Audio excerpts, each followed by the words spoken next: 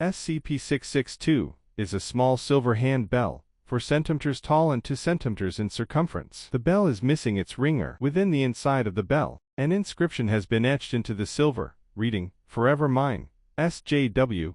The bell is susceptible to damage. However, given its safe nature, destruction has been deemed unnecessary. As it is made of very pure silver, it requires regular polishing to remain without tarnish. When the bell is shaken as if to ring it, a soft chime can be heard, although this does not come from the bell. A short, well-dressed Caucasian butler of self-proclaimed British heritage, calling himself Mr. Deeds, will appear from the nearest area not within line of sight, usually from around a corner. Mr. Deeds will address the ringer of the bell by their appropriate title and last name, and ask what it is they desire. His knowledge of individuals' last names and titles is a mystery, as he himself will purport. Please see interview log 662L1 for further details. Most reasonable requests given to Mr. Deeds will result in satisfaction. However, there are limits to what he can do. He is unable to produce very complex items such as sports cars, luxury homes, or personal jets. If he is allowed to leave line of sight and return, he is able to produce smaller,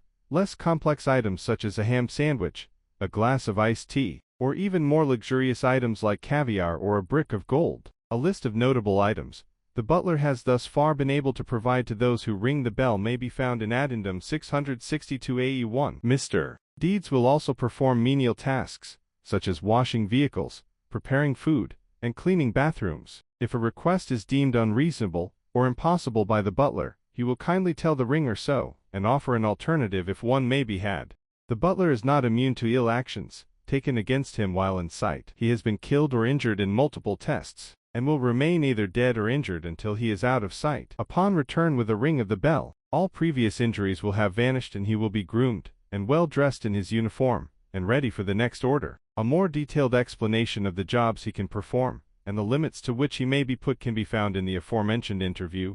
Log 662L1. Test logs relating to his ability to heal himself and those of the properties of the bell may be accessed by any level 2 or higher personnel. All attempts to catch Mr. Deeds disappearing have failed, as equipment will either fail, or he will find a suitable unobserved spot. Items and tasks requested and results. Items: nearly any conceivable kind of sandwich. Human flesh has been requested as lunch meat and politely denied. Beverages, also of nearly any kind. As with sandwich meat, human blood has been requested and denied. Pig blood, however, was served promptly, still warm. A brick of 99.98% pure gold. Mr. Deeds produced a brick of 99.14% pure gold, and apologized for being unable to provide the requested purity. A brick of 99.24% pure silver. A nuclear bomb, politely denied. A hand grenade of modern U.S. military grade, which performed as expected in testing. A blue 1963 Corvette convertible, politely denied. The board game Monopoly, which Mr. Deeds won on the first playthrough. A Fabergé, politely denied. SCP, politely denied. A bouquet of fresh-picked red roses. A bouquet of wild, Turnbusti, politely denied. Turnbusti is not an actual known type of flower.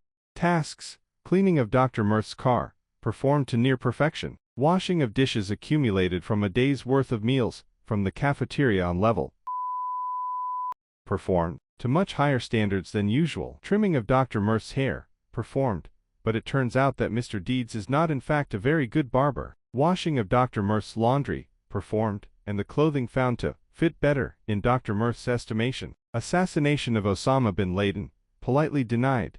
Mr. Deeds claimed bin Laden was too well guarded and entrenched, but could not or would not give further details.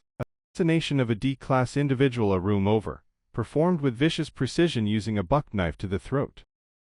Acquisition report: SCP-662 was discovered in the possession of a petty thief and grave robber in USA. The thief was in the process of selling SCP-662 to a pawn shop in the mentioned town when the bell was accidentally rung by the pawn shop attendant. Mr. Deeds appeared from the storage area behind the counter and promptly addressed the attendant. Believing that he was about to be robbed by the two men, the attendant overreacted and managed to get hold of a sawed-off shotgun from under the counter. Mr. Deeds was fatally wounded by the attendant and died on scene. The thief escaped, but was apprehended by Foundation agents after a week-long search of the surrounding towns. Under questioning, The thief revealed that he found the bell in its box in the grave of located on the outskirts of the above-mentioned town. He was then remitted for D-Class personnel assignment, and subsequently perished during testing of SCP. The bell did not come under the purview of the Foundation until after the crime, and subsequent transport of Mr. Deed's body to the local morgue. After the disappearance of the body from the morgue, an agent was sent to investigate the possible outbreak of SCP.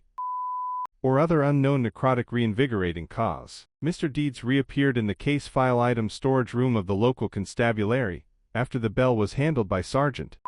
He was quickly apprehended and Agent took him into custody 3 hours after reappearance under the guise of an FBI agent. When the handcuffed Mr. Deeds once again disappeared, the agent intuited that the bell itself may have something to do with the string of incidents, and after acquiring it and testing proved his hunch, brought the bell back to for further testing. Agent was awarded an official Foundation pat on the back plaque for his handling of the incident and lack of self-serving interest once he discovered what the bell and Mr. Deeds were capable of.